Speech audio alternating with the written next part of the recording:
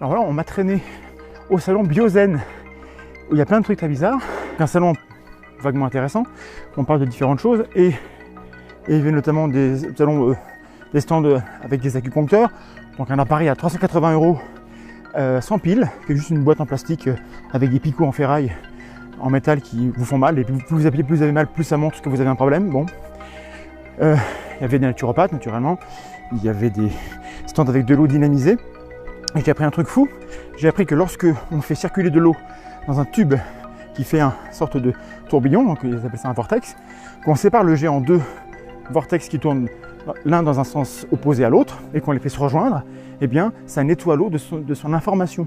C'est la mémoire de l'eau, vous voyez, on est face à comme ça, et lorsque les deux vortex arrivent à nouveau en contact, eh bien l'eau est chargée en énergie parce que les vortex font qu'à partir du vide se créent des électrons.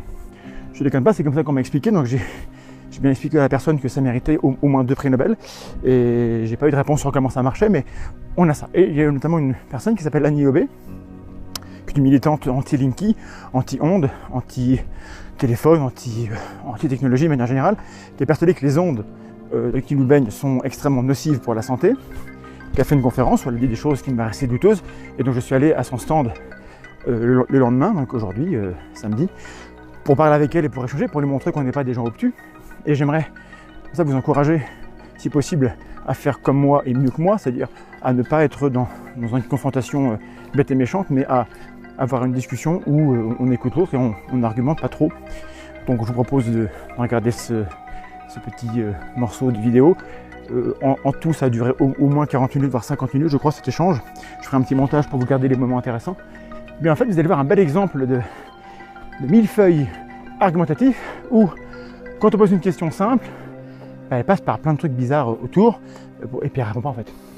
Donc c'est assez intéressant. Je vous souhaite d'apprécier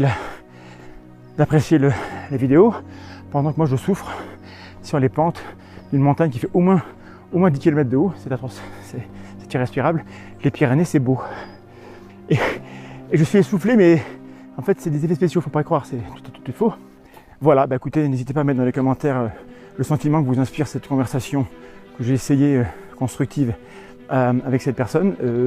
Voilà, renseignez-vous sur la street epistemology, renseignez-vous sur l'entretien épistémique, c'est le nom qu'on donne en français, voilà, sur la méthode, sur comment discuter avec les tenants croyants sans que ça dégénère, sans se braquer. En espérant que cela vous soit utile, je remets ma casquette parce que j'ai déjà une oreille qui a malheureusement été flétrie par cet astre qui dissémine des ondes électromagnétiques mortelles, le soleil. À bientôt.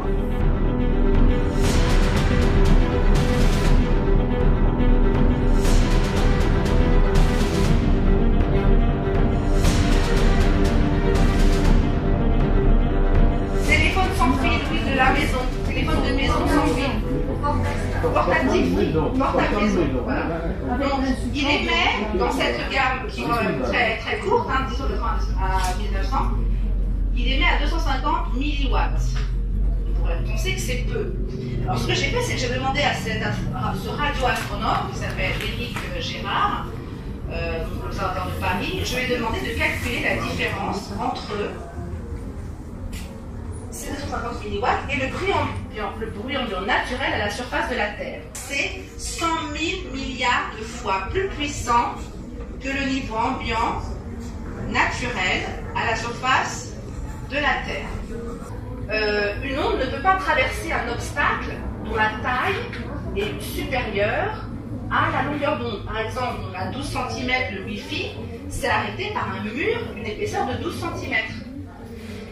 Mais nous, notre peau, elle a une épaisseur beaucoup plus fine, donc le Wi-Fi nous traverse, nous transperce, comme si on n'était pas là, si vous voulez. Donc on n'est pas prévu évidemment pour être transpercé par son, puisque en dessous de 5 MHz, il n'y en a pas du tout à la surface de la Terre.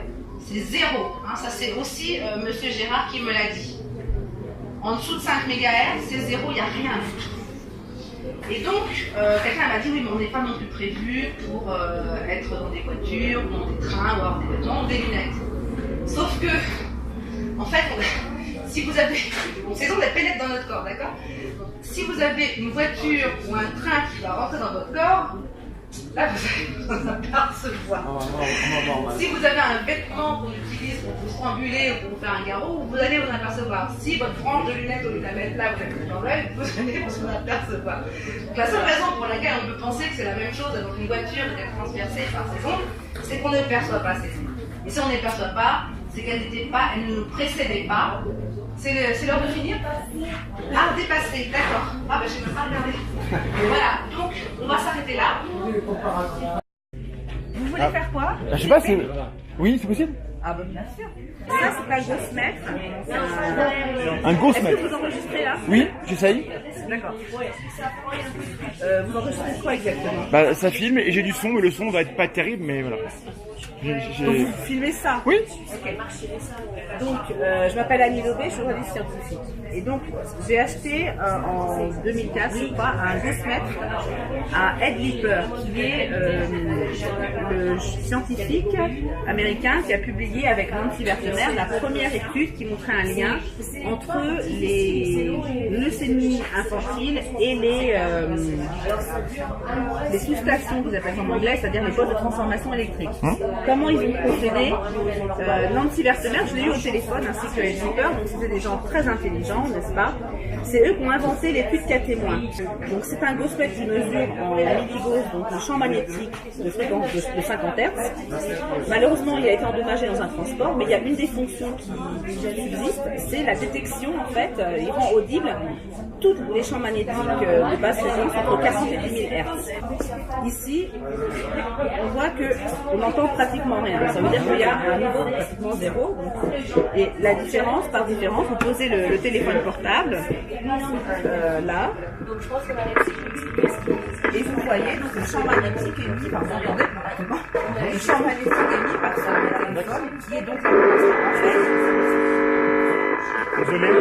Désolé. Bon, d'accord. Bon.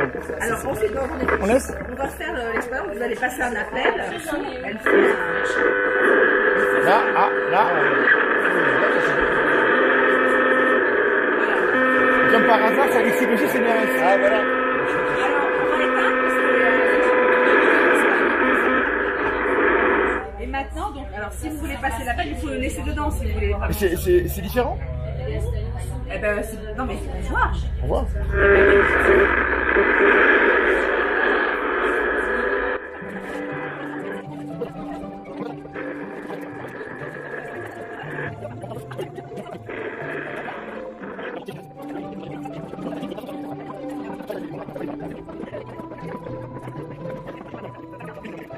Alors, l'instrument, c'est le HF32G de GHz Solution, qui a un spectre compris entre 800 et 2500 MHz. C'est les micro-ondes, vous êtes d'accord? Oui. La téléphonie... Bon, on est 2005, hein, la téléphonie. 2004, 2005. Voilà, ça dépend si c'est la 4G ou la 3G, mais bon, en tout cas, c'est bien compris là-dedans, ainsi que le Wi-Fi, d'ailleurs, qui est à 2450.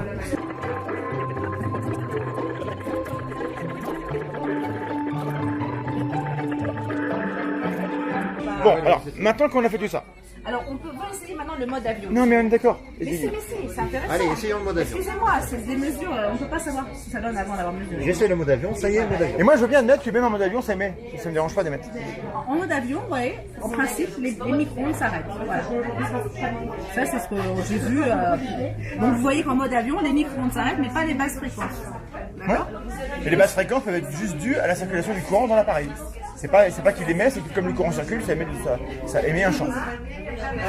On est d'accord? On est d'accord. Vous ne filmez pas moi, hein, ma tête, j'espère. Machine? Ah non, je ne peux pas le filmer ma tête.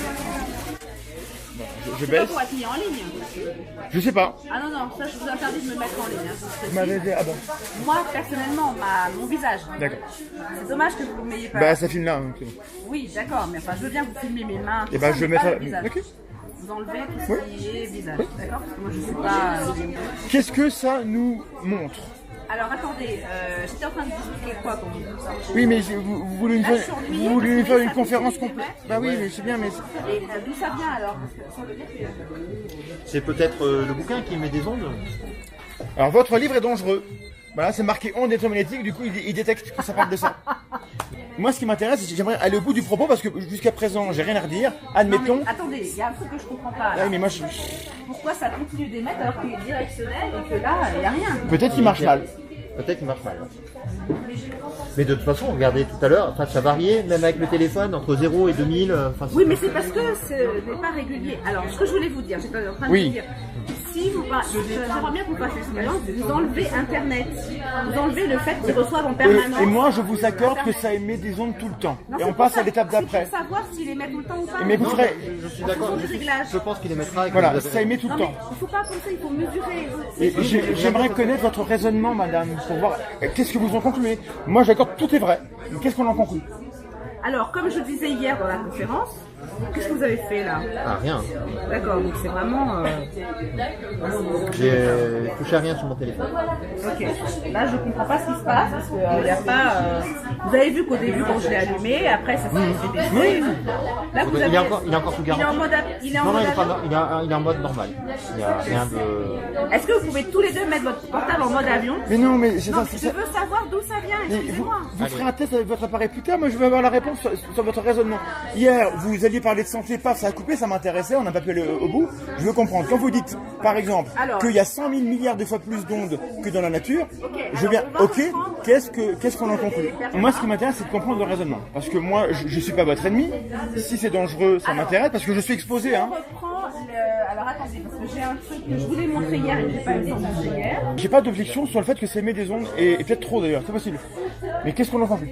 Alors donc, pardon, ce qui est important, c'est que, alors comme je disais hier, on n'est pas prévu pour être exposé à ces fréquences puisqu'elles n'existaient pas avant nous. Ça s'appelle un appel à la nature, ça m'intéresse pas, c'est pas un argument. Attendez, la vie s'est développée sur Terre dans des conditions très précises, par exemple au niveau de la radioactivité. C'est-à-dire que quand la Terre s'est formée il y a 4 milliards d'années, le niveau de radioactivité était très élevé et il a fallu attendre à peu près 3 milliards d'années que la radioactivité descende pour que la vie, sous la forme sur laquelle elle existe aujourd'hui, apparaisse. Non. Les cellules eucaryotes.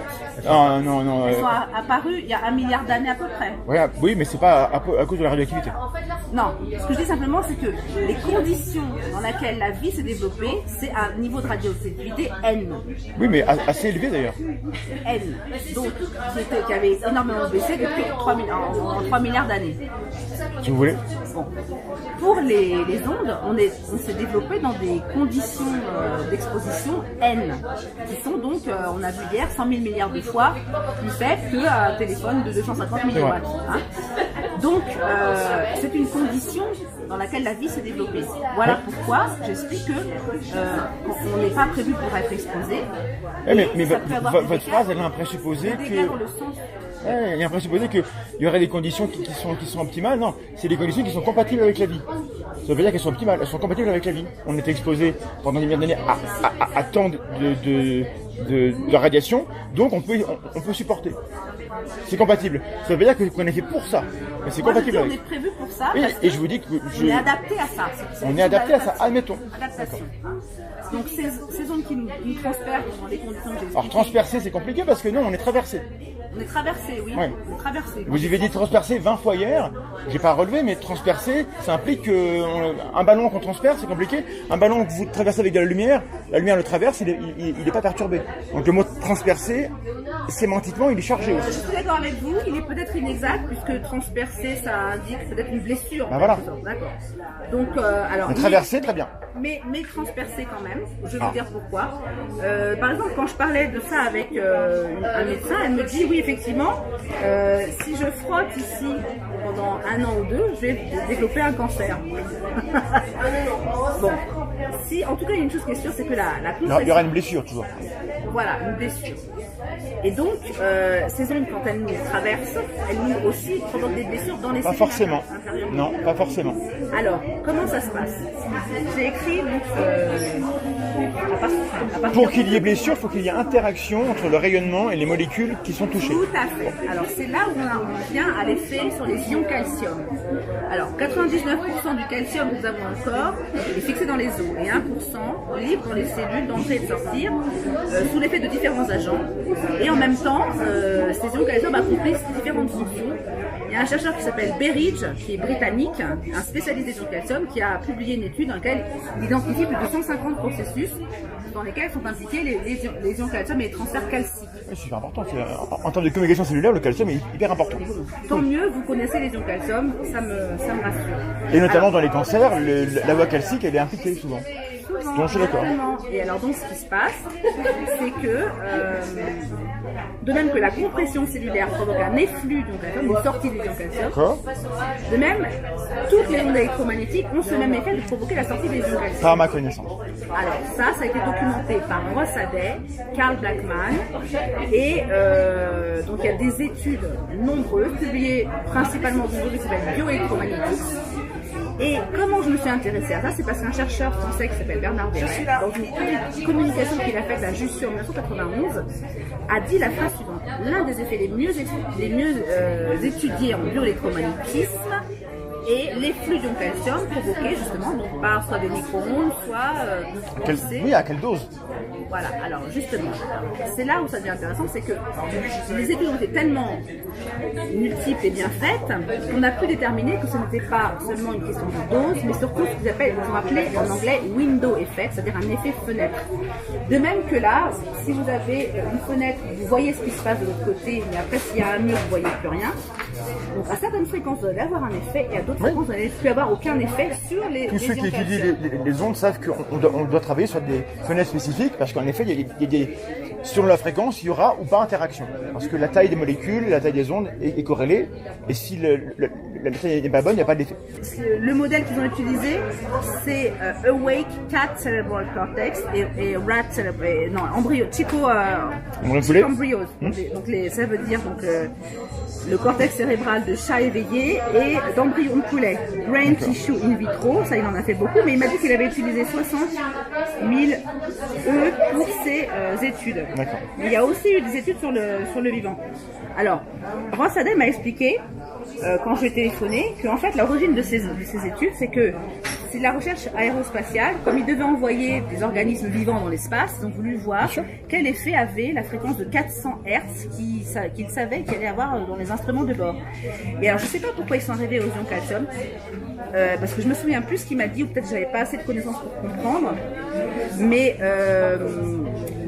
si vous voulez, un des effets, par exemple, des ions calcium, c'est de participer à la production d'acétylcholine, le neurotransmetteur de la mémorisation, de l'attention, de l'intelligence, entre guillemets, et du mouvement. Il y a une des études qui était faite, par exemple, sur les portables, qui montrait, en exposition de courte durée, une augmentation de la vitesse de réaction sous exposition.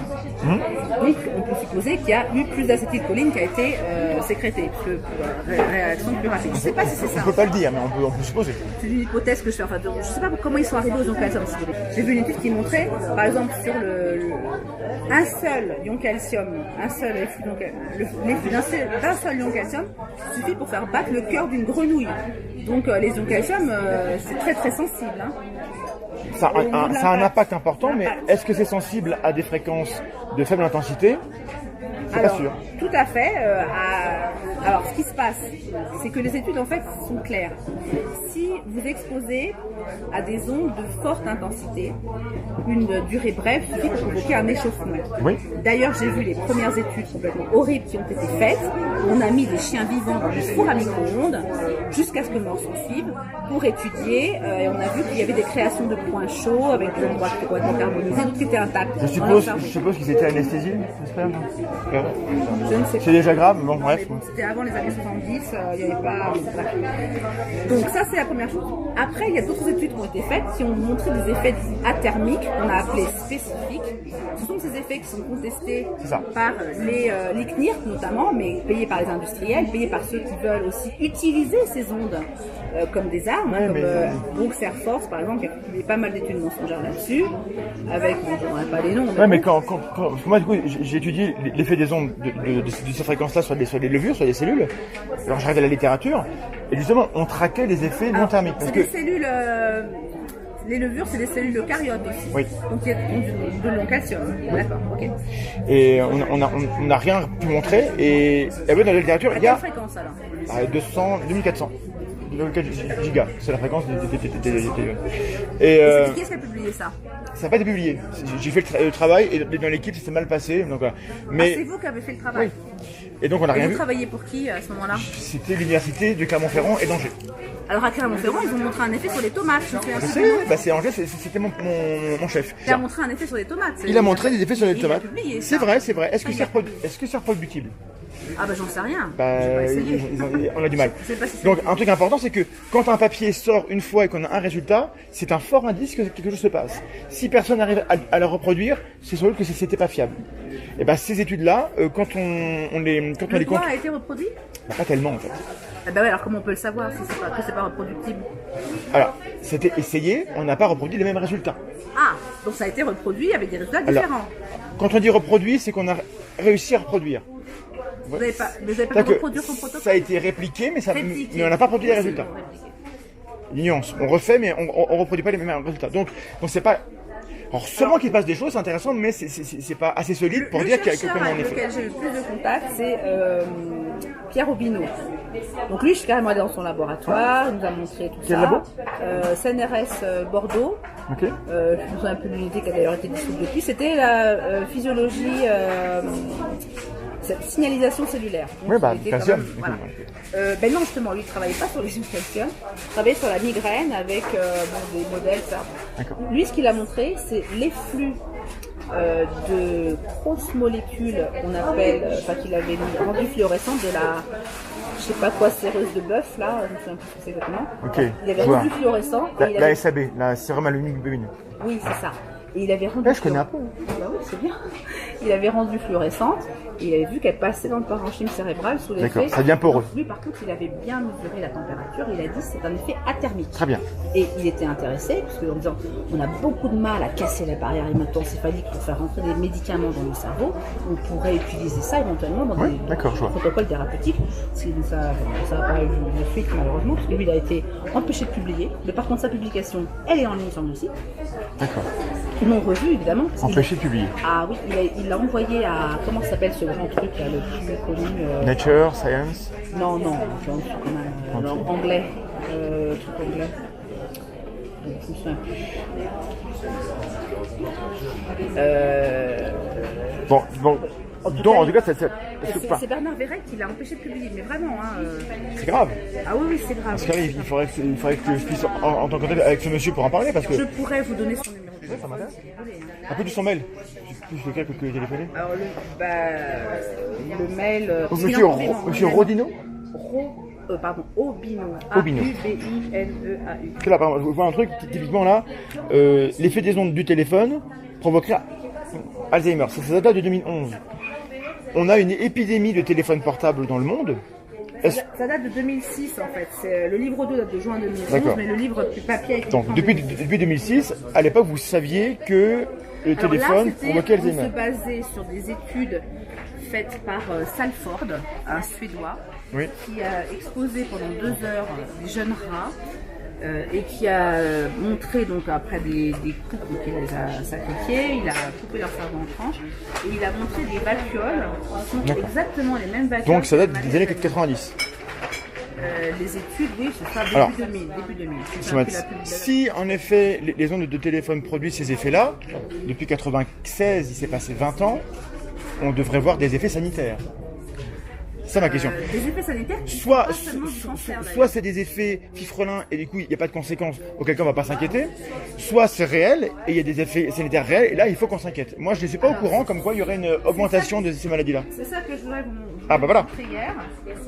Donc ça c'est la courbe des naissances. Comme de naissance. Naissance vivante. INSEA 2018. Donc là, vous voyez quand même. Pourquoi les gens naissent plus en 92? Qu'est-ce qui se passe? Ah, Pourquoi c'est c'est- l'échelle, regarde l'échelle. Ah oui d'accord, oui. Il y a Ah, eu- il faut pas faire ça mal, il faut jamais tronquer l'échelle parce que du coup Attendez, on c'est a- pas moi, c'est une courbe de l'INSEE. bah, ils ont tort. Ils ont largement tort. Je vais pas modifier On la doit pas courbe faire de ça comme ça. l'INSEE. Non, mais ce qu'il voulait dire, c'est. Ce qui est important, c'est de voir ici, là. Moi, c'est ça qui m'intéresse. Qu'est-ce qui se passe, là, ici? Où sont les barres Dernières d'erreur? années. Enfin, on peut pas là, c'est des vrais Regardez- chiffres. Regardez ici les décès en comparaison. Hein. Donc, il y Bah, a un nombre de- phénomène oui. inverse, un nombre de naissances qui diminue, un nombre Il y a plus de décès dans le Un nombre monde de quand on morts. est 7 milliards que quand on est 1 milliard. Voilà. La population augmentant, le nombre de gens qui meurent est aussi plus grande. Ça, c'est logique. Là, est-ce que la baisse est assez grande? Puisque là, on ne voit que en haut, il manque les 720 000 en bas. Est-ce que la différence, est-ce que c'est pas juste un effet de bord? Là, regardez, on était... alors, je sais plus... Ce graphe-là... Même Jean-Michel Blanquer a dit, il nous manque 25... le ministre de l'Éducation, Oui. il nous manque 25 000 naissances par an en ce moment pour assurer le renouvellement... À quoi sont dus ces manques de naissance? C'est seulement au mode de vie des gens qui se reproduisent moins. Je ne sais pas. Moi, je montre simplement ça. Mais quand vous montrez ça, qu'est-ce que vous voulez dire? Eh ben, ce que je veux dire, c'est qu'il se passe quelque chose. On ne sait pas quoi, mais il se passe quelque chose. Alors, il se passe pas forcément quelque chose, parce que d'un point de vue parfaitement normal, après, si la population augmente, le nombre de morts augmente, et là, on ne sait pas si c'est une différence qui est conjoncturelle, elle est significative, et en plus, l'échelle est totalement écrasée. Donc, un graphe comme ça, il y a une intention, quand on fait un graphe comme ça, de montrer que ça change. Donc, le graphe, il n'est pas neutre. On fait jamais ça dans un article. Jamais. Attendez, ça, c'est l'INSEE. Moi, je veux pas... Et ben l'INSEE, ils sont pas irréprochables. En bas, on verrait rien, évidemment. Et ben justement, c'est ça le truc. Ben si c'est écrasé, c'est comme rien. Donc il y a rien à voir, donc il y a rien à expliquer. Alors écoutez-moi, s'il vous plaît. L'INSEE donne l'explication pour les décès, les naissances, j'ai pas regardé, mais pour les décès, l'INSEE donne l'explication que c'est l'arrivée des baby boomers dans la tranche d'âge, enfin, ce sera la mortalité des papy boomers. Baby boomers devenus papy boomers. Sauf que Pierre Opineau, justement, il est un baby boomer, il est né en 46 et il a aujourd'hui 73 ans. Il est encore en vie, donc ça réfute tout. Attendez. Non, il m'a dit je suis encore en vie quand je l'ai appelé dernièrement. Ah oui, c'est la preuve. Il était content d'être encore Mon en père, vie. il est encore plus vieux, il est né en 1943, il est encore en vie aussi. Voilà. Alors, ce qui se passe, c'est que l'espérance de vie des hommes actuellement est de 79 ans. Donc les baby boomers, ça dure à peu près 10 ans, le baby boom. Donc on a des gens qui ont entre 63 et 73 ans. Donc si c'était cette génération-là, qui est effectivement plus nombreuse, qui décédait, ça voudrait dire en tout cas que les baby boomers ont une espérance de vie moindre que la génération qui les a juste précédés. Puisque cette génération qui les a précédés, elle va jusqu'à 79 ans, en moyenne. Les gens qui sont morts là, c'est des gens qui ont connu la guerre. Ils sont morts avant. Ceux qui meurent là, c'est des gens qui sont nés après la guerre, qui sont morts jeunes. Donc ils sont plus nombreux, arrivés plus vieux, et ils meurent plus à l'âge où ils sont censés mourir. Oui, mais l'âge où ils sont censés mourir est supérieur à l'âge où ils meurent, du coup. Si c'est eux qui expliquent ce pic. Parce qu'ils sont censés mourir à partir de 79 ans. Oui, mais ils sont plus nombreux. Mais ils sont donc censés ils mourir meurent à 79 ans. Oui, mais ils sont plus nombreux. C'est une moyenne en plus. Bon, écoutez, moi ce qu'il faudrait là-dessus... Moi, ce graphe-là, effectivement si vous vous basez là-dessus, vous comprenez pas les chiffres en fait. Moi je suis en train de dire qu'il se passe quelque chose. Et moi, je vous dis Après- que le graphe ne montre pas qu'il se passe quelque chose. Ah bah si. Il pourrait se passer rien et Regardez par qu'on ait exemple, ça. là on voit la canicule de 2003. Ça c'est la canicule de 2003. D'accord. Et Donc, du coup, il y a plus de gens qui sont morts cette année-là et moins l'année d'avant, l'année d'après, pardon. parce qu'ils étaient déjà morts. Puisque c'était déjà mort. Vous Oui. voyez, donc ça c'est l'effet canicule de 2003. Très bien. Donc là il y a une explication. On Mais a augmenté entre la ça population. et ça, qu'est-ce qui pourrait expliquer, à part la démographie, qui à mon avis explique tout, qu'est-ce qui pourrait être en cause dans ce différentiel depuis 15 ans? Moi je ne sais pas, simplement ce que je dis, c'est qu'il faudrait vraiment investiguer là-dessus. Non, c'est Et pas fait, avoir selon vous. notamment l'âge des personnes décédées. On l'a pour voir. Les données existent.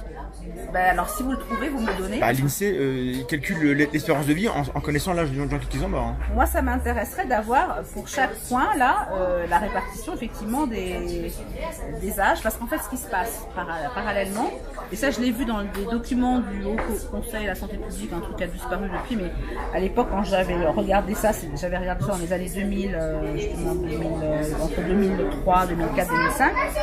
Il y avait en France une surmortalité, ça s'appelle ça la surmortalité prématurée, c'est-à-dire qu'on mourrait plus en France avant 65 ans que dans tous les autres pays européens. Alors je ne sais plus si c'est l'Europe des combien, mais bon, à l'exception du Portugal. C'était à ce moment-là les chiffres étaient donnés. Par exemple, alors je ne me souviens plus exactement, mais je l'ai écrit dans le livre La Fée Électricité en conclusion, on mourrait à moins de 65 ans autant de personnes que la population de la ville d'Orléans chaque année, et donc c'était atypique par rapport aux autres pays européens, et surtout c'était entre guillemets nouveau, puisqu'en 1985 la situation était inverse, c'est-à-dire qu'il y avait Et ça, vous l'attribueriez par exemple aux ondes électromagnétiques? alors il y a bon, Ce qui se passe actuellement, je dirais, c'est que les gens ils dorment beaucoup moins qu'avant, moins longtemps qu'avant. D'accord.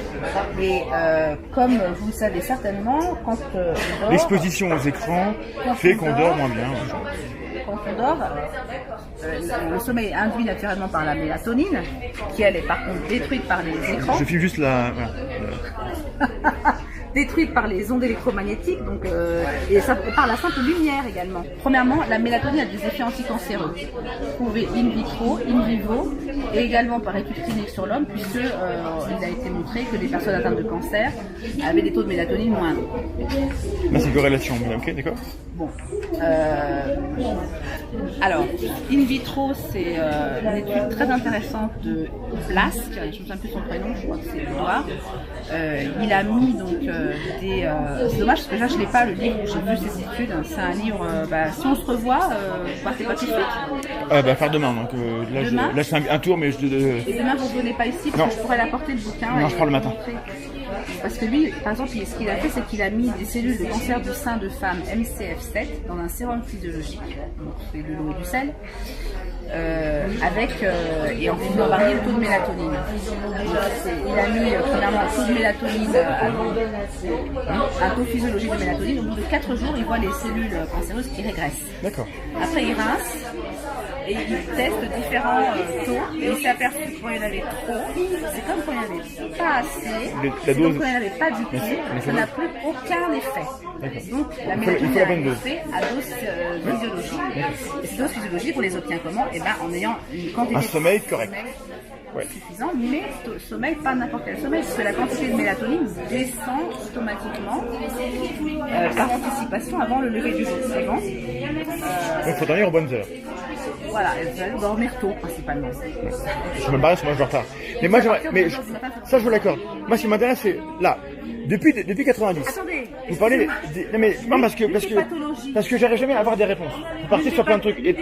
Attendez, Non, mais c'est pas que ça j'arrive pas s'appelle à du avoir millefeuille argumentatif et ça m'intéresse moyennement. Non, J'aimerais écoutez-moi, qu'on... la réponse elle est complexe parce que le problème est complexe. Donc, La réponse. En fait, c'est un tableau complet. On est Si d'accord, vous permettez. on est d'accord pour L'une des dire que pathologies depuis qui 20 tue ans, le plus il n'y a pas aujourd'hui. d'augmentation d'Alzheimer liée au téléphone. Je sais pas ce que vous voyez, mais c'est pas d'augmentation d'âge. L'augmentation d'Alzheimer est liée au fait que les gens vivent plus vieux, ce qui est une bonne nouvelle. Écoutez-moi, je vais répondre à votre question, mais après avoir terminé sur cette histoire de cancer. Aujourd'hui, Et après, il faut qu'on aille parce que... l'une des pathologies qui tue le plus, notamment avant 65 ans, c'est le cancer. D'accord. On peut donc établir un lien supposé, évidemment, entre Oui. la baisse de la mélatonine par le manque de sommeil Si. et... alors, il y a une autre raison pour laquelle la mélatonine baisse, c'est le passage à l'heure d'été. C'est-à-dire qu'on perd 1 heure de mélatonine chaque jour depuis entre le mois d'avril et le mois d'octobre. Parce qu'en fait, à la même heure, il est 1 heure plus tard, enfin plus tard, Oui. ouais, et donc vous allez coucher On 1 met, heure plus on tard. met quelques jours pour se remettre. Donc Chaque jour, la quantité de mélatonine... est non, perdue, parce que 1 heure de mélatonine les gens est perdue. finissent par se coucher à la même heure qu'avant. Ah, Donc bah, le décalage, Vous vous couchez à l'heure de votre montre. Si vous vous couchez à 10h, et ben à 10h, en fait, il est 11h. Vous couchez tous les jours à 10h. Oui, Si mais- vous couchez toujours à 10h, D'accord. à 10h, il est 11h. mais Donc, quand vous vous perdez êtes chez vous et que vous fermez vos volets, vous êtes dans le noir, à un moment donné, vous retrouvez un cycle circadien. Oui, mais la mélatonine, elle commence à diminuer automatiquement par anticipation avant de lever le jour à la même heure. Parce que Elle se recale sur les cycles. Quand on met les gens dans des cavernes, ils ont un cycle de 23 heures. Quand ils sont dehors, on n'est pas isolé. Hein. On est les en... photorécepteurs Et ben justement, déclenchent ou arrêtent justement. qui donnent sur la rétine. Donc, Les gens qui tombent à la bonne étoile à l'heure d'hiver, il n'y en a pas beaucoup. non, mais par contre, vous êtes d'accord avec moi que si vous vous couchez 1 heure plus tard, à partir du moment où la mélatonine elle va commencer à baisser à la même heure, parce que ça c'est un phénomène physiologique, et là, vous perdez 1 heure de mélatonine chaque jour. Donc à la fin de l'été, vous en avez perdu, je sais plus, j'avais calculé, ça fait l'équivalent de 11 nuits blanches. Ouais, mais bon, à mon avis, c'est un calcul qui n'a pas de sens, mais je ne peux pas vous dire pourquoi. Parce que là, j'ai vu trop d'erreurs avant pour vous croire là-dessus. Mais admettons. Non, mais alors, vous pouvez toujours faire les calculs vous-même. En tout cas, moi, C'est pas un problème de calcul, c'est un problème de est-ce que ça a du sens de comparer des heures cumulées de sommeil en moins. Est-ce que ça a du sens? Non, ce qui est sujet à caution, c'est quand je dis c'est l'équivalent de 11 nuits blanches. C'est ça. D'accord. Voilà. Mais bon, c'est quand même, c'est pour dire, voilà, le nombre d'heures. Ça a sûrement un impact dans la semaine où on change, ça je vous l'accorde absolument. Ça, Et le reste. tout l'été. Bah, Enfin, je sais pourquoi pas. je dis ça? Parce qu'en fait, ça a commencé en 75, je crois, cette histoire de l'heure d'été. Et puis 10 ans après, on a vu commencer à fleurir les cancers. Ah bon? Et oui. Et donc, comme on estime que 10 ans, c'est à peu près la période jusqu'à laquelle arrive un cancer, je m'interroge. Donc sur le un- changement d'heure serait un facteur aggravant dans la prévalence des cancers. Et ça, mais pas seulement. Parce que Et je l'apprends ici. Parce qu'il ne se passe pas que le problème du fait que la mélatonine est anticancéreuse. Quand on dort moins, ce qui se passe, c'est qu'il y a tous les processus de réparation cellulaire. Le système immunitaire est moins efficace. Mais est-ce que pendant toute la séquence où on est en heure d'été, est-ce que les gens dorment moins bien vraiment à cause de ce décalage-là? C'est pas qu'ils dorment moins bien, c'est qu'ils ont moins de mélatonine dans leur sommeil. Parce qu'ils se couchent une heure plus tard. Il y a Et en des... plus, en France, on a Est-ce 2 qu'il y a... heures d'écart Alors, avec le attendez. soleil. Est-ce qu'il y a des données qui montrent que dans les pays où on passe à l'heure d'hiver, les gens ont moins de mélatonine que dans les autres pays? Ça pourrait être un élément qui dirait, ok, est-ce qu'on a ça? Alors, je pense pas. Eh ben alors faites-le, trouvez-le, fouillez-le, demandez-le, parce que J'aimerais bien pouvoir- ça pourrait être... Tiens, vous devriez Voilà. faire des études comme ci, comme ça. C'est vrai que du coup, il devrait y avoir des... Est-ce que tous les pays sont passés à l'heure d'été, à l'heure d'hiver, à ce changement-là en même temps? Parce que si c'est pas le cas, ça veut dire que suivant les pays, on devrait observer des Regardez, différences au niveau des oui, cancers. mais en France, on a 2 heures d'écart puisqu'on avait déjà 1 heure d'avance. On a gardé depuis l'heure allemande. Vous vous souvenez de cette histoire? Non, mais c'est vrai qu'on est décalé. Alors on est décalé parce que en fait, quand la France était sous l'union allemande, elle est déjà passée à l'heure allemande. D'accord. Donc, alors, par contre, vous voyez ce qu'on voit, c'est qu'il y a beaucoup de cancers en Bretagne. En Bretagne, ils subissent encore plus ce décalage. Ils sont plus à l'ouest. Vous voyez. D'accord. Mais voilà. donc ça, vous le savez, qu'il y a plus de cancers en Bretagne à cause du sommeil. Non, je dis pas que c'est à cause du sommeil. Quand J'ai pas dit que c'était à cause du sommeil. quelqu'un qui vous écoute et Bretagne, qui n'a pas la prudence que moi j'ai, va dire, elle vient de nous dire que On a à cause de la mélatonine, on a le cancer. Ah oui, ça je le dis.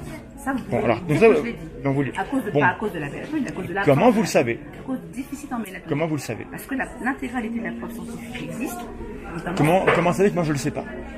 Non, Et mais que personne ne le sait, et que personne dit, écoutez, vu qu'il y a des cancers, on va arrêter ce décalage de l'heure d'été. Parce que quand il y a un débat sur l'heure d'hiver et l'heure d'été, jamais personne ne vient dire qu'il y a un problème avec la mélatonine. Je l'ai jamais entendu. Oui, c'est vrai. Mais vous Bizarre. savez, j'ai envoyé mes publications à... Donc ça n'a pas dû convaincre les gens qui Je sais pas diront. s'ils les ont écoutées, je sais pas si... J'ai envoyé... Parce que sincèrement, si c'est vrai, à on est Christophe tous Wade, concernés. Hein.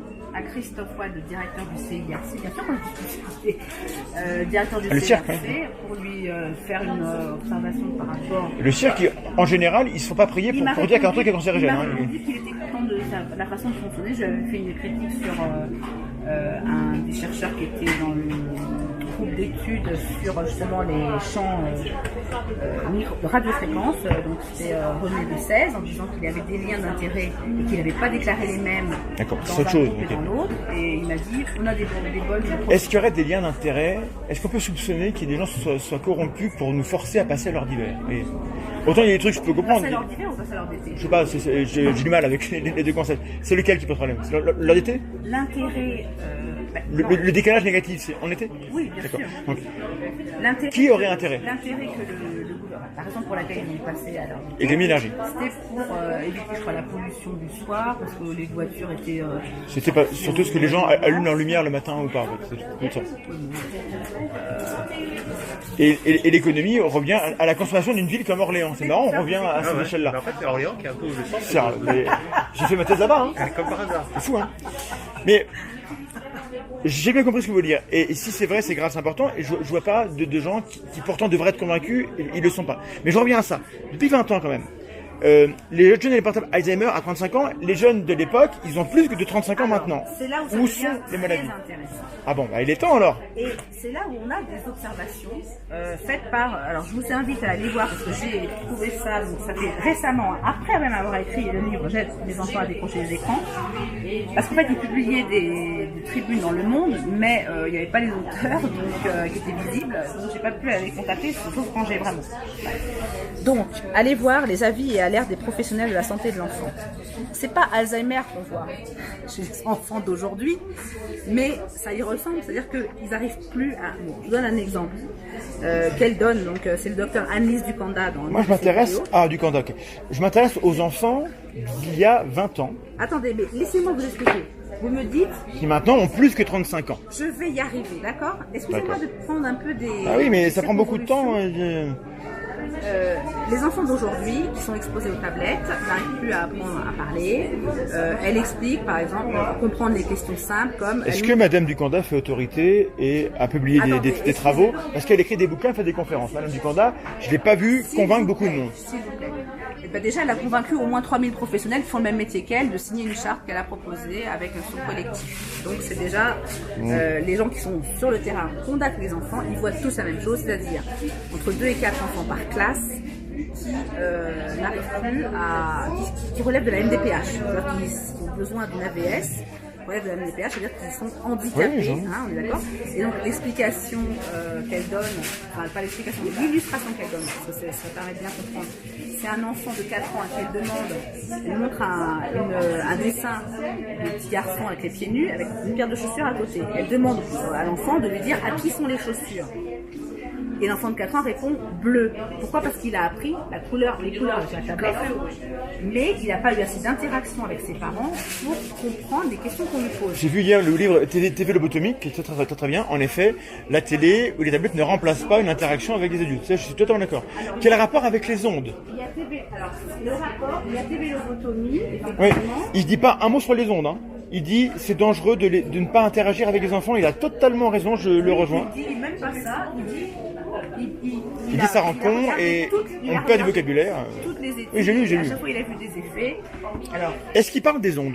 Pas du tout. On est d'accord. D'ailleurs, quand je l'étais vu, il m'a dit les ondes, c'est pas mon sujet. Voilà, il a bien raison.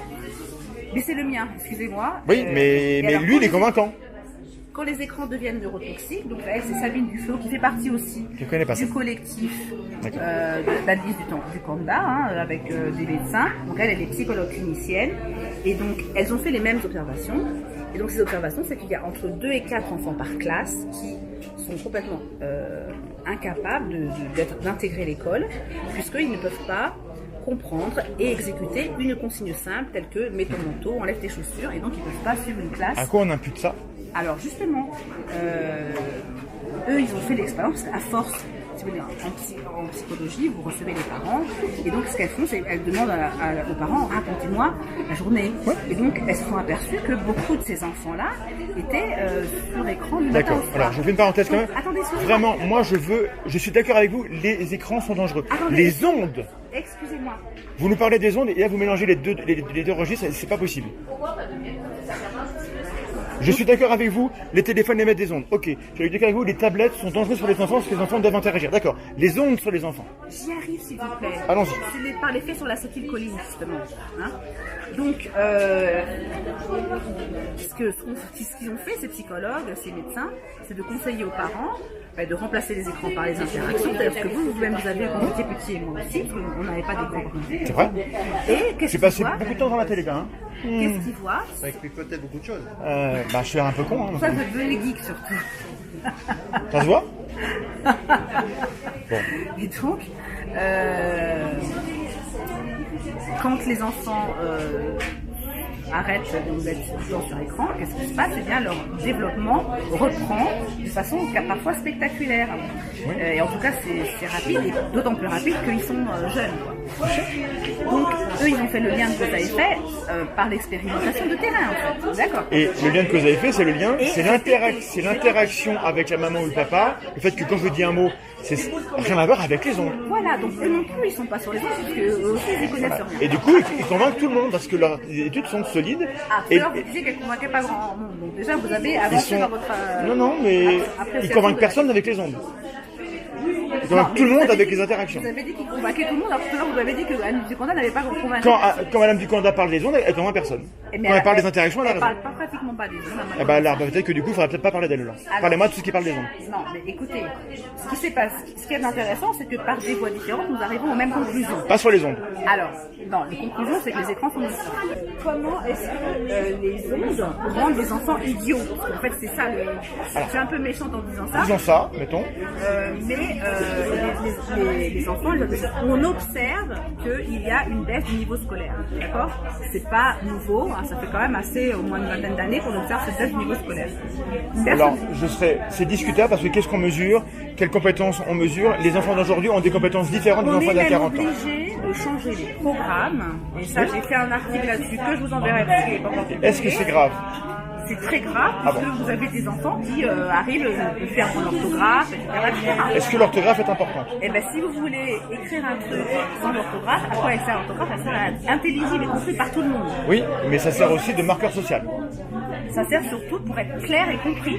Non, l'orthographe française, Si tout le monde a les mêmes règles. l'orthographe française organise à dessein une complexité et une déconnexion entre le son qu'on produit et la graphie, et c'était volontaire, c'était pour distinguer les imbéciles et les femmes, les hommes savants à l'époque. Donc l'orthographe n'est pas un argument. Et il se trouve que depuis 100 ans, on avait tellement augmenté le niveau de la population générale grâce à l'école que tout le monde était capable de lire les journaux, etc.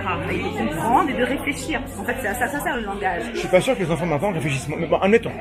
Eh ben, vous parlez souvent avec des jeunes. Moi, je parle beaucoup avec des jeunes parce que je me déplace pas mal par les transports. Et donc, c'est des cons. Je dis pas que c'est des cons, mais non, j'ai pas dit ça. Mais quand vous arrivez à en trouver un qui a quelque chose d'intéressant à dire, c'est quand même rare. Et si vous écoutez C'est leur vrai pour les conversation- adultes. Regardez autour de vous. Pas là, mais partout. Hein. C'est vrai que des trucs intéressants, on en cherche. Hein. Alors, en tout cas, parlons du niveau scolaire, parce que je ne veux pas donner Je l'air ne suis de pas d'accord pour dire que stigmatiser. le niveau scolaire est un élément pertinent pour mesurer l'effet des ondes. Je suis désolé. Il y a trop de facteurs autour, sociaux, historiques, qui pourraient avoir un impact.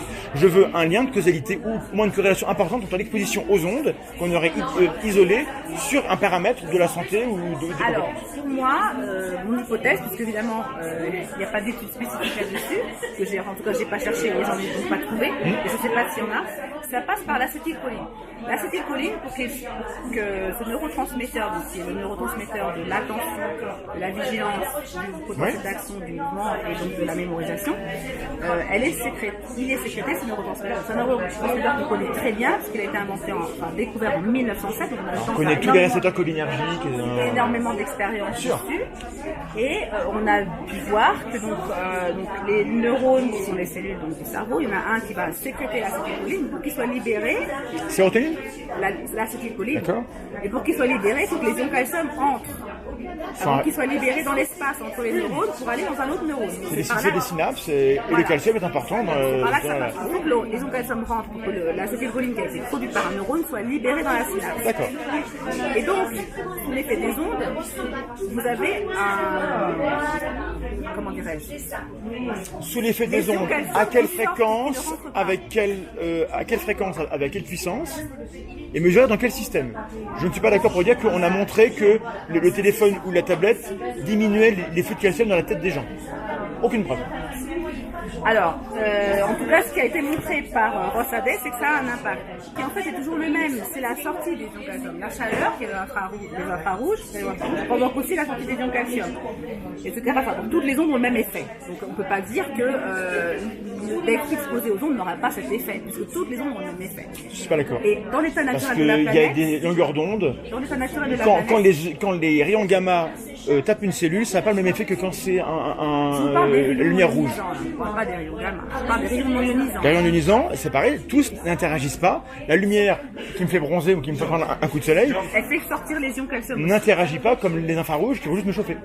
Elle fait sortir les ions calcium aussi. Eh ben, ça dépend des doses. Ça dépend des bonnes énergies.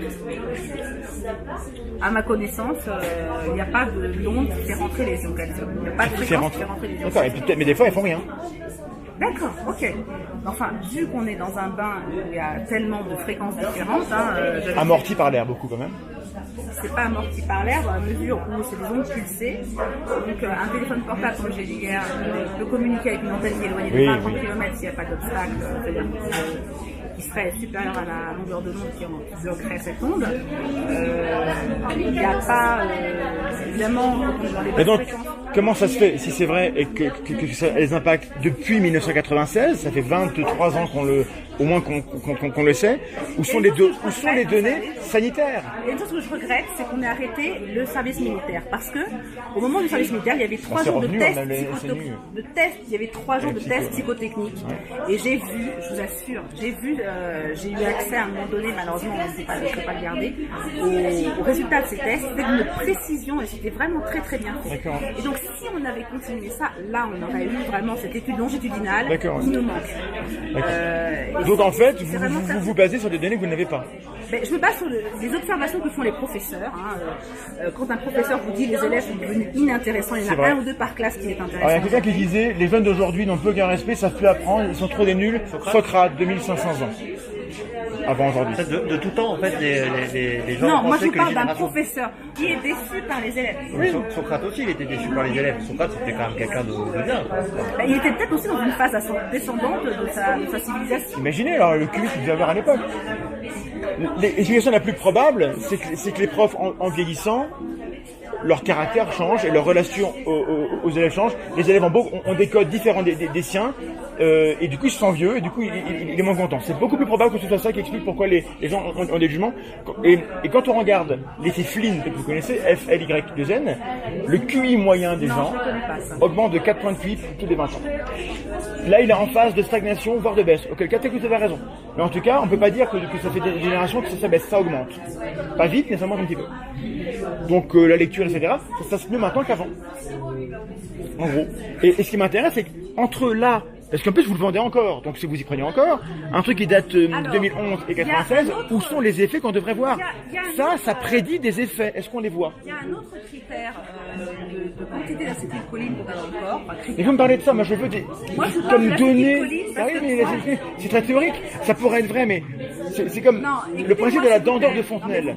Avant de vouloir expliquer un phénomène, on doit voir s'il existe. Est-ce que le Père Noël glisse plus vite avec du beurre dans la cheminée ou pas? Je prends un autre exemple. Moi, je n'ai pas écouté ce que vous avez dit parce que je voulais. Bah oui, mais écoutez pas. Je voudrais vous prendre cette exemple. Vous êtes très fermé, madame. Vous savez, l'acétylcholine, c'est quelque chose de très important puisque dans la maladie d'Alzheimer, on constate post-mortem parce qu'on ne peut pas, en tout cas la dernière fois que j'ai regardé des vidéos, on ne savait pas doser l'acétylcholine dans un cerveau vivant. Post-mortem, on constate un déficit de l'acétylcholine chez les personnes qui ont la maladie d'Alzheimer. Ils ont beaucoup de déficits. Qui sont décédés là. Il y a beaucoup de trucs qui marchent plus, donc forcément ça les impacte. Bon voilà, mais je vous l'accorde. Soit. Si vous allez avec des personnes qui sont dans cette maladie-là, vous voyez un autre caractéristique, elles ont des mouvements lents. L'acétylcholine, c'est aussi le neurotransmetteur du mouvement. Donc il y a un lien en fait, si je disais, entre la lenteur de l'esprit et la lenteur des mouvements. Et si vous regardez les jeunes aujourd'hui, leur manière de se déplacer, ils se déplacent lentement. Ah oui. Et il n'y a aucun record du monde qui de course à pied ou de vélo qui est battu maintenant. Voilà. On n'en a plus d'ailleurs. Évidemment, vous avez des sportifs qui ont un niveau d'activité. Et eux ne sont pas exposés aux ondes. En général, je vais prendre un exemple. Je connais une jeune fille qui effectivement est très peu, moins exposée que les autres et qui réussit. D'accord. Donc vous donnez une anecdote. Oui. D'accord que je peux en trouver 1000 autres. Je peux vous donner une autre anecdote. Mais je veux pas. Mon neveu, quand il était en 5e, il y avait 4 classes de 5e dans son collège et tous les premiers de la classe, ils n'avaient pas de portable. C'est une anecdote. D'accord. Voilà. Alors intéressant. Pas de portable. De quel milieu sont-ils? Quel même milieu ici? Non, c'est pas vrai. Il y a toujours des différences. Qu'est-ce que leurs parents leur font faire à la maison? Est-ce qu'ils ont une activité sportive hors de l'école? En général, c'est corrélé. Les parents qui suppriment les téléphones pour X raisons, souvent ils font d'autres choses à côté. Et c'est ce qui est à côté qui explique. Ça s'appelle le contexte. C'est là qu'il faut que vous voyez la vidéo d'Anne Miranda parce qu'elle explique qu'elle voit maintenant des enfants qui n'arrivent pas à apprendre dans tous les milieux. Oui. Et Madame Miranda ne publie pas de revue où on démontre ce qu'elle observe et on montrerait à quoi ça pourrait être dû. Mais d'abord, il faudrait montrer qu'on a une différence. Dans votre combat contre les tablettes, ce sera un combat qui serait... moi, je pourrais même le partager si vous vous arrêtiez à des choses qui sont clairement établies. À savoir que les tablettes, si les tablettes remplacent une interaction, alors elles sont dangereuses. Et là, je suis d'accord avec vous. Mais si vous dites qu'elles sont dangereuses à cause potentiellement de l'acétylcholine qui serait impactée par les ondes, là, je ne vous suis pas parce que peut-être c'est faux. Et si c'est vrai, ça doit se prouver. Vous voyez Voilà. la nuance que j'ai? Donc moi je vous remercie de votre objection puisque c'est exactement là où j'en suis actuellement. D'accord. Puisque là je vous ai énoncé un fait, maintenant je vais aller chercher les études pour l'établir dans la mesure où, mais c'est vrai que j'ai pas énormément de temps en ce moment pour faire justement ces investigations malheureusement, sinon c'est pas déjà fait. Voilà. Donc, Et vous comprenez que moi je suis pas là pour vous dire que vous êtes nul et que c'est pas vrai, que c'est faux. Mais si c'est vrai, c'est tellement important qu'il faut des travaux solides. Et les chercheurs sont des gens qui sont exposés aux ondes aussi, leurs familles sont exposées aux ondes. Il n'y a personne qui a intérêt à cacher un danger qui existerait. Il y en a quelques-uns, mais en gros, il y a trop de chercheurs pour que ça puisse être caché en fait. Mais vous savez, sur les ondes, beaucoup de gens en fait disent oui, je sais. Mais Bah, je suis combien d'accord, ont je suis vu les émissions réelles? Qu'est-ce que ça montre? Ça montre qu'il se passe quelque chose qu'on ne voit pas. C'est vrai, à partir mais- de ce moment-là, on peut imaginer, on est exposé nuit et jour, et Oui. le phénomène, on a parlé de la sortie des ions calcium, mais il faut, dans l'état naturel de la planète, toute sortie d'ions calcium est suivie par une entrée d'ions calcium. Laissez-moi parler, s'il vous plaît. Là, je vois que vous voulez déjà... Mais parce que Attendez, j'ai pas fini. vous revenez toujours à ça Je et n'ai ça n'est pas prouvé. Je n'ai pas fini. Ils ont tout à fait prouvé. Ça n'est pas prouvé dans l'organisme parce que la plupart des ondes sont la preuve.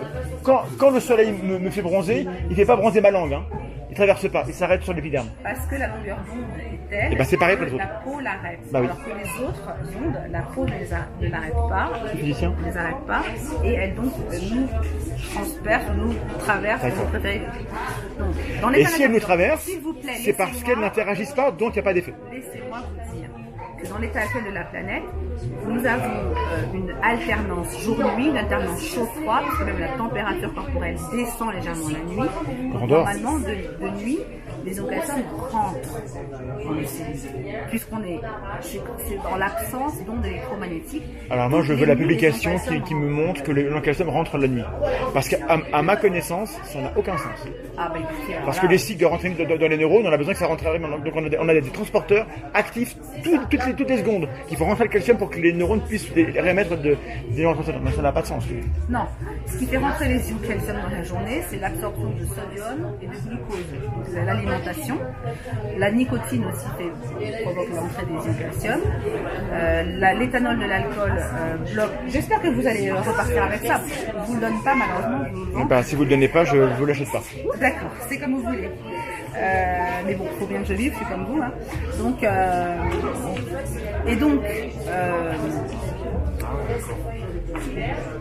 toute sortie d'ion calcium doit être compensée et au moment de la mort, tous les ions calcium sortent des cellules. Voilà. Donc c'est pour ça que quand on est exposé à des ondes qui provoquent la sortie permanente d'ion calcium, on se Qu'est-ce que rapproche c'est de la mort. censé vouloir... D'accord. Ah non, c'est ça, d'accord. Donc dès que les ions calcium sortent, on s'approche de la mort. Donc il faut arrêter les neurotransmetteurs. Dès que vous transmettez un signal nerveux, les calciums rentrent. Il faut avoir un cycle qui permet de Donnez-moi la référence qui me dit que la nuit, les ions calcium rentrent dans les cellules. comment dirais-je, par exemple, alors si je vous le dis, c'est que je l'ai lu, alors je sais plus laquelle c'est par contre, mais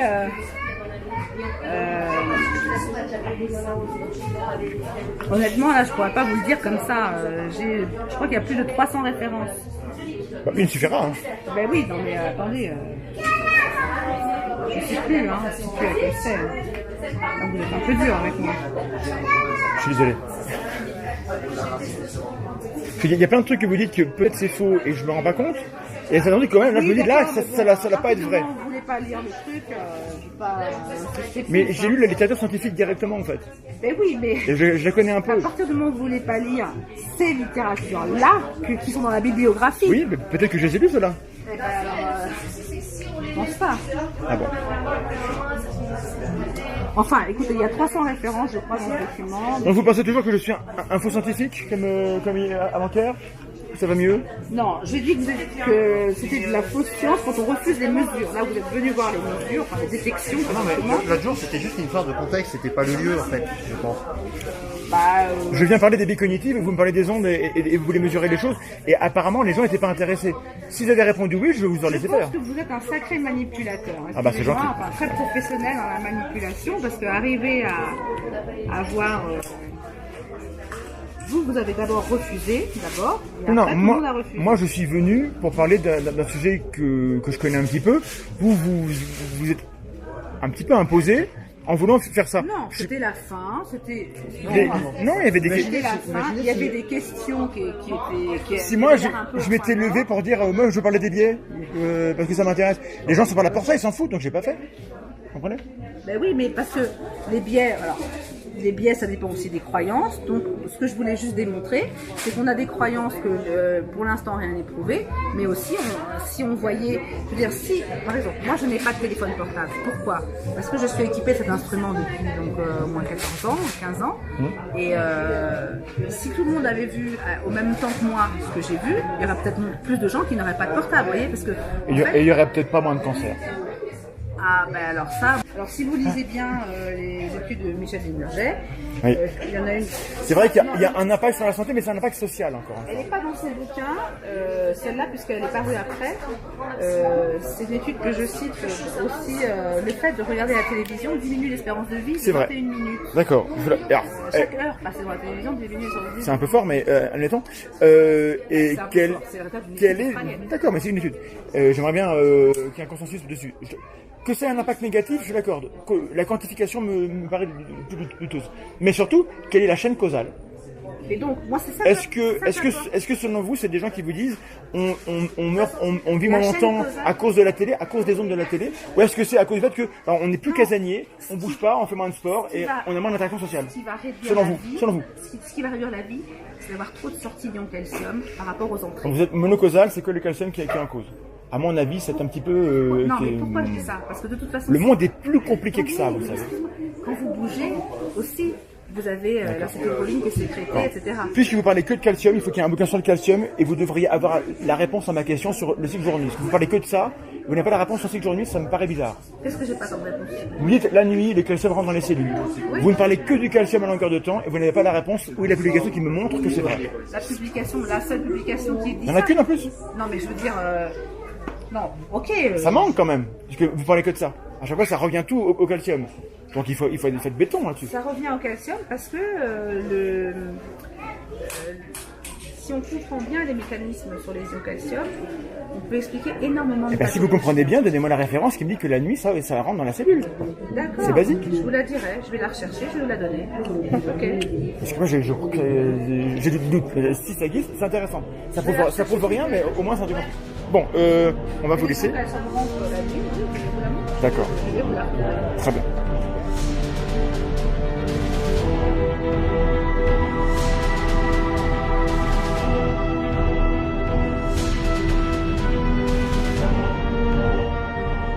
Alors voilà, je propose un petit débrief de ce qu'on vient de voir ensemble. Cette conversation que vous avez vue a eu lieu dans un contexte particulier, et c'est le contexte qui conditionne ce qu'on peut attendre et espérer d'une conversation. Donc là, qu'est-ce qui se passe? C'était un lieu public, bruyant, pas forcément extrêmement calme. On a été interrompu plusieurs fois. Mon interlocutrice tenait absolument à faire de longues démonstrations techniques sur ce que les ondes font, ce qu'on entend, etc. Bon, il y avait la caméra à gérer. Personnellement, je n'avais pas prévu de venir discuter de ce sujet-là en me rendant à Font-Romeu, donc j'ai eu aucune préparation et j'ignorais le contenu de la posture de la personne avec qui je discutais. Donc il y a beaucoup de facteurs comme ça qui expliquent que les conditions étaient loin d'être optimales pour que la conversation se passe dans les meilleures conditions. Et à cause de cela en partie, j'estime que ma prestation est assez moyenne. D'ailleurs ma diction était particulièrement atroce, et je m'en excuse. Hein. Alors, écoutez, passons en revue mes différentes erreurs. Alors j'utilise un ton dans cette conversation qui peut sembler un peu agressif. Qui peut sembler. Je le regrette parce qu'en fait, je ne m'étais pas rendu compte de ça. J'en prends conscience en réécoutant mes phrases en faisant le montage de cette vidéo. Et en fait, dans la vraie vie, j'ai un visage, je souris, en général, je suis de bonne composition. J'ai pu, pendant ce salon, échanger de manière très courtoise avec différentes personnes, ça s'est très bien passé. Mais là, je crois que ça passe peut-être mal à l'image, parce que je ne suis pas à l'image. On ne voit pas qu'en fait je désamorce, on ne voit pas non plus que la personne avec qui je parle rit et sourit. Et donc, le mode caméra cachée et le mode comme ça, questionnement, peut passer par quelque chose d'assez agressif. Et ce qui m'intéresse, c'est comment la vidéo est reçue. Et la vidéo peut être reçue de manière assez négative à cause de cela. Peut-être que des gens qui vont regarder la vidéo vont être rebutés parce qu'ils ont l'impression que je suis un inquisiteur. Et je crois que le sceptique, dans un tel exercice, ne doit pas passer pour un inquisiteur. On doit passer par la personne qui peut être convaincue, mais pas n'importe comment, et qui est prudente et qui est ouverte. Bon, voilà. Donc peut-être que à cet égard-là, cet exercice-là n'a pas été une grande réussite. Autre défaut, je coupe trop souvent la parole. Alors, ceux qui me connaissent savent que c'est mon grand défaut, je travaille sur moi, je fais des efforts. Je pense que couper la parole est nécessaire parfois pour demander une précision, pour indiquer un désaccord sur quelque chose sur lequel on veut revenir plus tard, pour dire non, simplement. Mais couper la parole constamment pendant une démonstration, bah, ça coupe l'élan de la personne et ça donne l'impression qu'on n'écoute pas. Même pire que ça, couper la parole peut nous rendre réellement coupables de ne pas écouter pour de vrai. Et ça, c'est à proscrire. Si vous n'êtes pas dans une écoute active au moins au début, alors vous ne pouvez pas échanger avec la personne. Donc je crois avoir échangé de manière constructive, mais peut-être que j'ai coupé la parole trop souvent, ce qui fait que ça contribue à rendre le ton agressif. Donc ça rejoint un petit peu le défaut qu'on avait tout à l'heure. En revanche, couper la parole quand en face la démonstration s'éternise, que ça traîne, que ça lambine et qu'on ne voit pas où ça veut en venir, je pense que c'est légitime. On a le droit de dire, écoutez, bon, ça suffit, j'ai compris, passez à la suite, s'il vous plaît, qu'on comprenne ce que vous voulez nous dire. Ce que j'ai fait ici, est-ce que je l'ai bien fait? Je me pose la question. Voilà pour les deux gros défauts, je crois, que j'ai eus pendant cette discussion. Bon, alors je n'ai pas été que nul et atroce durant cet échange, je crois, et je pense avoir réussi quelques petites choses qu'il faut viser. Je crois avoir expliqué à chaque fois pourquoi un argument ne me convainquait pas et dit pourquoi en fait la thèse ne me semblait pas valide. J'ai reformulé ce que je pensais avoir compris de manière à pouvoir vérifier que la personne en face de moi est d'accord avec ce que je reçois de ce qu'elle me dit. Ça c'est hyper important, c'est le cœur d'un tel échange, d'un débat. Et en réponse, elle a eu l'occasion de compléter, de préciser, de corriger sa manière de dire. Mais l'intérêt ici, c'est d'avoir une vidéo que je mets sur YouTube, qu'on peut partager, qu'on peut regarder.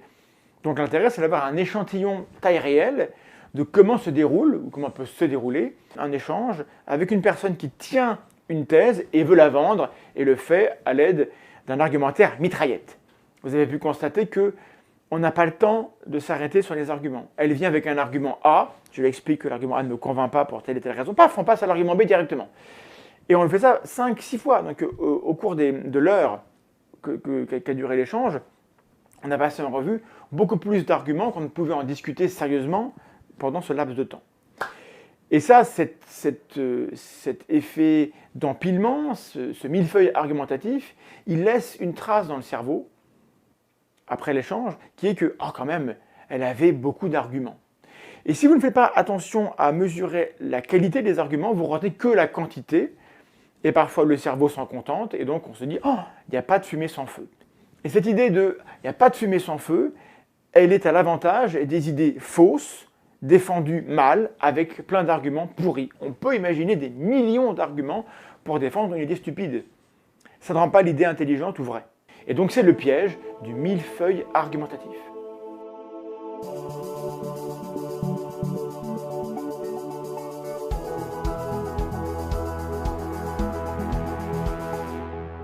Consciemment ou inconsciemment, Annie Lobé échafaude donc un millefeuille argumentatif qui peut piéger tous ceux qui ne feront pas l'effort de se demander quelle est la valeur individuelle de chaque argument.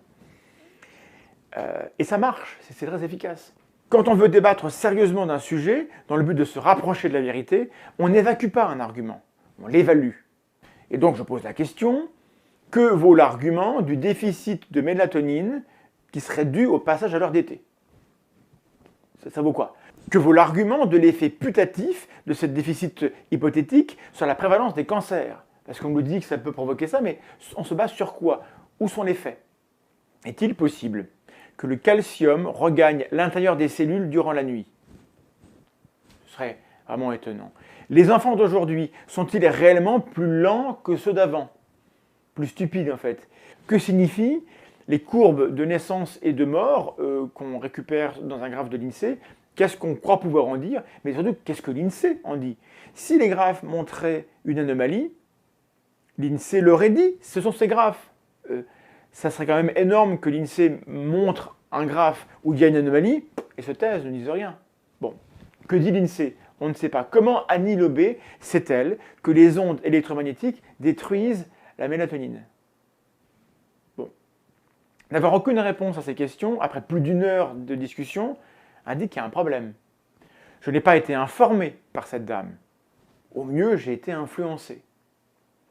Nous n'avons pas éclairci ces points parce qu'Annie Lobé, je crois, ne nous laisse pas le temps d'examiner les arguments, les preuves, les faits, les éléments matériels dont on dispose. Elle est trop attachée à cultiver le soupçon. Elle est tellement sûre d'avoir raison que je crois qu'elle veut brûler les étapes et donc elle ne fait pas une démonstration propre et par conséquent, elle n'est pas crédible et elle n'est pas crue. Et elle va avoir comme réaction de penser que les gens ne veulent pas la croire parce qu'ils sont motivés par ceci ou cela. C'est assez pénible. Lorsqu'on dispose comme ça d'arguments solides et qu'on tient une thèse qui est vraie, alors on doit être en mesure de déployer une démonstration qui est convaincante. Je n'ai pas la science infuse, je n'ai pas le fin mot de l'histoire, la vérité absolue sur l'effet des ondes sur les vivants, mais ce que je sais, c'est que la méthode utilisée ici, pour me convaincre, n'est pas une méthode honnête, où on se base sur des connaissances pour établir des relations entre des faits et démontrer une thèse. Ici, on a une succession d'hypothèses, de scénarios, qui s'appuient sur des appels à l'ignorance, sur des interprétations, sur des extrapolations. Et je souligne que la personne qui fait tout ça accuse ses contradicteurs d'être des faux scientifiques, et moi je serais un manipulateur. C'est pas très bon esprit, c'est pas très charitable, c'est pas super engageant. C'est pas gentil. Le plus important pour moi, le message principal que j'aimerais diffuser avec cette vidéo, et je pense l'avoir montré, c'est que lorsqu'on est face à face, en vrai, à quelques centimètres d'une personne qui est très très différente de nous, on peut avoir un échange argumenté, plus ou moins, poli, courtois, on peut se contredire, on peut remettre en question la manière dont la personne raisonne, sans s'insulter. Dans cet échange, qui a duré pas mal de temps, il n'y a pas eu de sarcasme, et il y a eu quasiment, sauf à la fin, quasiment aucune accusation. Un échange où il n'y a ni sarcasme ni accusation n'est pas un échange perdu. Quand on est derrière son clavier confortablement chez soi, on s'autorise parfois à balancer sarcasme et accusation, et je suggère que c'est ça le problème. C'est pas tellement le fait que la personne en face de nous, elle croit un truc bizarre, elle a quand même bien le droit de le faire. Le problème, c'est que on peut rien espérer obtenir si tout ce qu'on a à lui balancer, c'est sarcasme et accusation. Ça marche dans les deux sens, hein, okay, les sceptiques et les croyants. Si votre seule contribution à la conversation est de balancer une blague, une moquerie, vous moquer de la tête des gens, insulter, balancer un gif rigolo, etc., globalement, vous perdez notre temps et le vôtre. Et on a mieux à faire que ça, en fait. Donc, je vous conjure, ne perdez pas votre temps à commenter cette vidéo si c'est pour être mesquin. Parce qu'en plus, on vous lira à peine. Aux autres, je dis merci pour votre temps, votre attention, pour votre soutien, pour les efforts que vous déployez pour aider les uns et les autres et vous-même à mieux comprendre le sujet dont il est question. Je remercie ceux qui vont participer en apportant des sources, en expliquant des choses, plutôt qu'en jugeant, parce que ce sera plus utile pour tout le monde. Voilà, j'ai terminé. Alors, en commentaire, dites-moi si vous appréciez ce type de format avec des conversations difficiles, si vous avez envie qu'on recommence, et si vous avez des suggestions de personnes ou de lieux où on pourrait aller faire ce type d'entretien. Ou sinon, on arrête. Parce qu'après tout, on peut aussi faire autre chose. Les possibilités sont infinies. Abonne-toi, à bientôt.